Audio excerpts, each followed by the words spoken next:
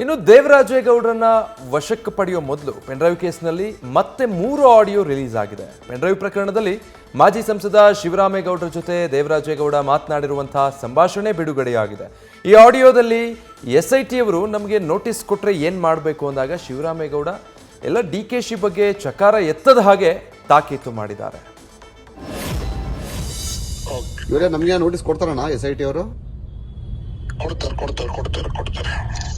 ಅಲ್ಲಿ ನಾವು ಏನ್ ಮಾತಾಡೋಣ ಬೇರೆ SIT ಅವ್ರು ಕೊಟ್ಟಾಗ್ಲೂ ಸಹಿತ DK ಬಗ್ಗೆ ನೀನ್ ಚಕಾರ ಎತ್ಬೇಡ. ಸರಿ ಅಣ್ಣ. ನಾನು ಇವತ್ತಿಂದ ಹೋರಾಟ ಮಾಡ್ತಾ ಇಲ್ಲ. ಹೌದಣ್ಣ. ನಾವು ಈ ಕೃತ್ಯಗಳನ್ನೆಲ್ಲ ಕಡಿಮೆ ಆಗ್ಬೇಕು, ನಮ್ ತಾಲೂಕು ಕ್ಲೀನ್ ಆಗ್ಬೇಕು ಅಂತ ನಾನು ಆಲೆ ಬಹಳ ದಿವಸದಿಂದ ಹೋರಾಟ ಮಾಡ್ತಾ ಇದ್ದೀನಿ. ನನ್ನ ವಿಡಿಯೋ ಬಿಟ್ಟಿರೋದು ಇವತ್ತೇನ್ ಬಿಟ್ಟಿರೋದು ನಾನು ಫೇಸ್ಬುಕ್ ಅಲ್ಲಿ ಎಲ್ಲ ನಾನು ಹೋರಾಟ ಮಾಡಿದ್ದೀನಿ, ಕೋರ್ಟ್ ಅಲ್ಲೂ ಹೋರಾಟ ಮಾಡಿದ್ದೀನಿ. ಅವ್ರ ವಿರುದ್ಧವಾಗಿ ಈಗ ಬಿಟ್ಟು ಚರ್ಚೆನೇ ಇಲ್ಲ ಅಂತ ಹೇಳಿ.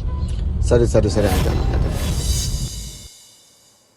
ಮಾಧ್ಯಮ ಮಿತ್ರರಲ್ಲಿ ಒಂದು ಮನವಿ ಏನಂತ ಅಂದರೆ, ಕೆಲವು ಮಾಧ್ಯಮಗಳಲ್ಲಿ ದೇವರಾಜೇಗೌಡರು ಕಾಣೆಯಾಗಿದ್ದಾರೆ ಅಂತ ಹೇಳ್ತಾ ಇದ್ದಾರೆ.